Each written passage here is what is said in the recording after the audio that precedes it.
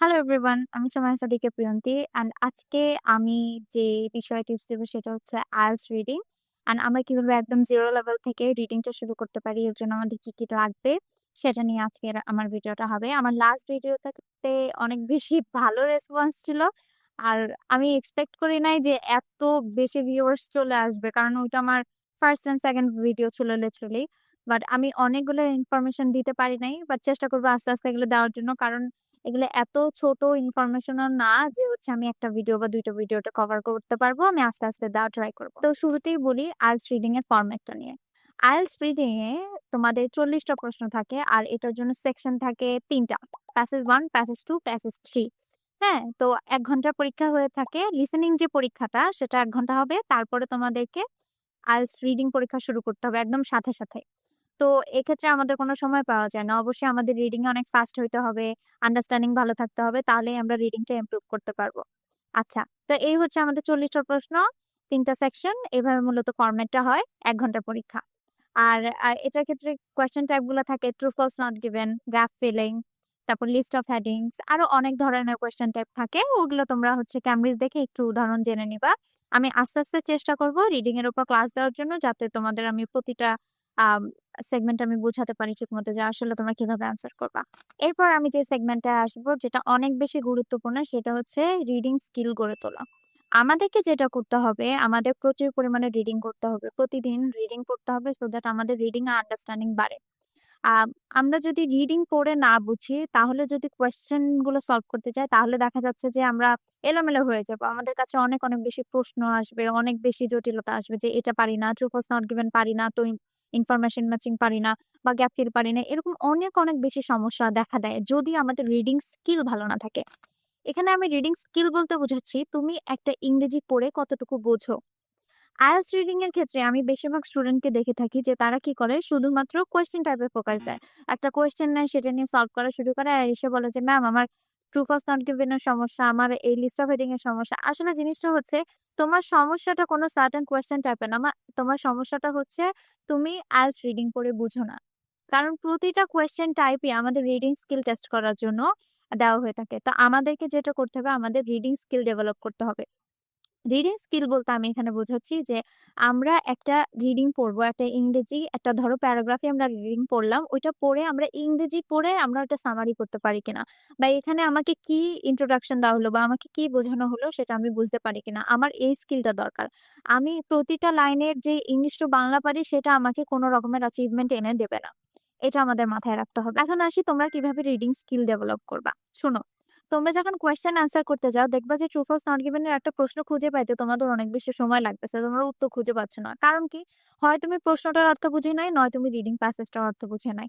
তো তোমাদের এই যে অর্থ বোঝার যে জিনিসটা, এটাকে এমন একটা পর্যায়ে নিতে হবে যাতে তোমরা যেরকম বাংলা রিডিং পড়লে একদম ইনস্ট্যান্ট স্ক্যান করে মেইন ইনফরমেশনটা বের করে ফেলতে পারো যে এখানে তোমার কাছে কি চাওয়া হচ্ছে বা প্যাসেজটা কি রিলেটেড, ঠিক সেরকম আমাদের রিডিং এর স্কিল আনতে হবে। এটার উপায় একটাই সেটা হচ্ছে প্রচুর রিডিং পড়া। তো আমি যেটা প্রেফার করব সেটা হচ্ছে প্রতিদিন মিনিমাম ৩ থেকে ৪ ঘন্টা তোমাকে রিডিং পড়তে হবে। এখন রিডিং পড়তে হবে মানে তাই না যে তুমি একদম বিবিসির যে আর্টিকেল গুলা বা হচ্ছে the daily star news paper এগুলা পড়বা। না, তোমার এগুলা পড়ার দরকার নাই। তুমি রিডিং এর জন্য একটা ম্যাটেরিয়ালই ধরবা আর সেটা হচ্ছে ক্যামব্রিজ। ক্যামব্রিজের যে রিডিং প্যাসেজ গুলো তুমি ওগুলো পড়ে তুমি তোমার যেকোনো ডিজায়ার্ড ব্যান্ড স্কোর পাইতে পারবা। আমি জানি এই জিনিসগুলো খুব নতুন। আমি মনে হয় না যে অন্য কোনো টিচারকে দেখছি যে এটা বলতে। বাট আমি অবভিয়াসলি বলতেছি কজ আমি এভাবে এক্সাম দিছি। অ্যান্ড আমি যত স্টুডেন্টকে পড়াই তাদের যদি ফার্স্ট এক্সাম দেওয়ার থাকে, কেউ যদি ১৫ দিন বা ১ মাসে এক্সাম দিতে চায়, আমি তাদেরকে বলি যে তোমরা জাস্ট ক্যামব্রিজ রিডিং পড়ো। রিডিং পড়লে তুমি একটা পর্যায়ে চলে যাবে, তুমি এক্সাম দিতে পারবা। কেন? কারণ আমি যদি আ ধরো যে ক্যামব্রিজ ১৪ আর ১৫ এই ২ টা বইয়ের তুমি প্রতিটা প্যাসেজ যদি সুন্দর করে রিডিং পড়ো, প্রতিটা প্যাসেজের প্রতিটা লাইনের যদি তুমি অর্থ বুঝো, তুমি অন্যান্য লাইনগুলোরও অর্থ বুঝবা। প্লাস তোমার সামনে যদি একটা আননোন টপিক আসে সেক্ষেত্রে তুমি অর্থটা করতে পারবা। তো এইজন্য আমি বলি যে রিডিং প্যাসেজ পড়ার জন্য প্রচুর পরিমাণে প্যাসেজ রিড করতে হবে। যত না বেশি কোয়েশ্চেন সলভ করবা তার থেকে বেশি ফোকাস দিবা প্যাসেজ রিড করার জন্য। প্রতিদিন একটা করে প্যাসেজ নিবা, ওই পুরাটা প্যাসেজকে বুঝবা। একবার পড়ে দেখবা যে তুমি কোন শব্দটা পারো না। শব্দগুলো দাগাবা। দেন তারপর তুমি তোমার দুর্বলতা পেয়ে গেলে যে আচ্ছা আমি এই জিনিস পারি না।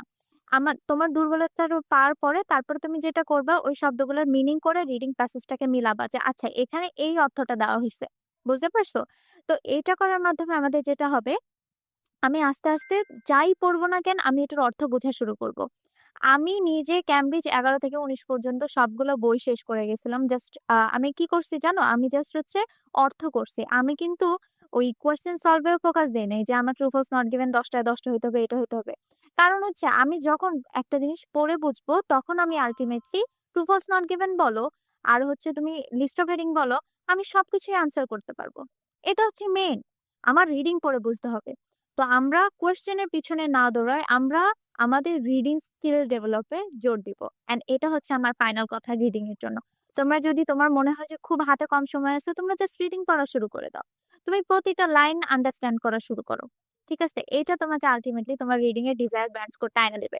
একটা জিনিস আমি তোমাদেরকে বলে দিচ্ছি, সেই টিপসটা মাথায় রাখো। আজকে তুমি বাসায় একটা প্যাসেজ ১০ বার পড়ো। ১০ বার পড়ার পরে ওটা সলভ করতে চাও। দেখবা যে তুমি এই প্যাসেজটাতে খুব সহজেই অ্যান্সার খুঁজে পাচ্ছ। আরেকটা প্যাসেজ তুমি যেটা কখনো পড়ো নাই ওইটা সলভ করতে যাও, দেখবা যে তুমি পারতেছো না। কারণ ওই যে তোমার আন্ডারস্ট্যান্ডিংটা নাই।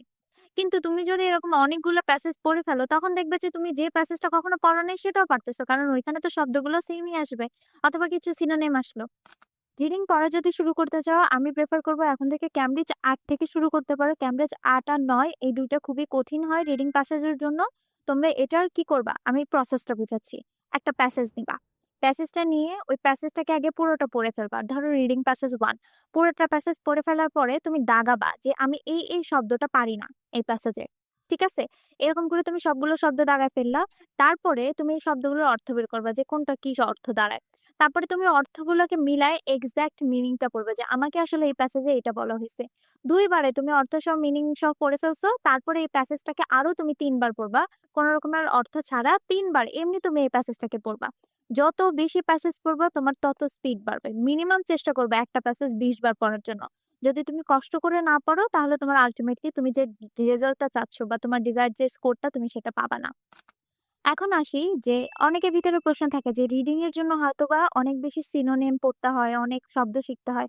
আসলে এই জিনিসটাকে তুমি সহজ করে আনতে পারবা তুমি যদি জাস্ট তোমার ক্যামব্রিজের রিডিংটা বই পড়া শুরু করো। কারণ তুমি যখন ক্যামব্রিজের রিডিং গুলা থেকে তুমি শব্দগুলা ওই যে আমি বললাম আইডেন্টিফাই করবা, ওইভাবে তুমি পড়বা যে এটার কি অর্থ, এটার কি অর্থ, এইভাবে যখন তুমি একবার পড়লা তারপরে এই একই প্যাসেজকে যখন তুমি ১০ বার পড়বা তখন তোমার কনটেক্সচুয়াল ভোকাবুলারি শেখা হলো। কনটেক্সচুয়াল ভোকাবুলারি হচ্ছে কোথায় ভোকাবুলারিটা ব্যবহার করা হয় তুমি সেটাও শিখবা। তো এইভাবে যে তুমি একটার পর একটা লিস্ট করবা ১০০ টা, ২০০ টা, ৩০০, ৪০০, ৫০০০ এরকম যে ভোকাবুলারি করতে যাই এটা কিন্তু তোমার মনে থাকবে না। তা আমরা যেটা করব বই পড়বো, বই পড়ার মাধ্যমে ভোকাবুলারি শিখবো। আর রিডিং আমাদের এভাবেই ইমপ্রুভ হবে। তো আমার কথা বলার মোরালটা হচ্ছে তোমরা ক্যামব্রিজ নিবা। ক্যামব্রিজে তোমার হচ্ছে অর্থগুলা দাগাবা, যেগুলো তুমি পারো না শব্দগুলো দাগাবা। ওই শব্দগুলো সহ তুমি প্যাসেজটা একবার পড়বা যে এটার মিনিংটা কি দাঁড়ায়। তারপরে তুমি ওই মিনিং টিনিং বাদ দিয়ে ওই প্যাসেজটাকে আরো ১০ বার পড়বা। এই তোমার একটা প্যাসেজ পড়ার নিয়ম। এভাবে তুমি বই শেষ করবা। একটা প্যাসেজ, ২ টা প্যাসেজ, ৩ টা প্যাসেজ যতগুলা প্যাসেজ পারো এভাবে তুমি বই শেষ করবা। আল্টিমেটলি যখন তোমার বই শেষ হবে ২ থেকে ৪ টা তুমি তোমার ইমপ্রুভমেন্ট দেখতে পাবা। অ্যান্ড অবভিয়াসলি তারপর আমি কোয়েশ্চেন টাইপ কিভাবে সলভ করবা সেগুলো নিয়ে আমি তোমাদেরকে টিপস এন্ড ট্রিক্স দিব। আর ইনশাআল্লাহ আজকের জন্য এতটুকুই। আর নেক্সট ভিডিওতে দেখা হবে। আর তোমাদের যদি কোনো ডিজায়ার্ড ভিডিও থাকে যে আপু আমি এটা নিয়ে আরেকটু ডিটেইলস এ জানতে চাই, আমি সেটা আপলোড দিব। Thank you.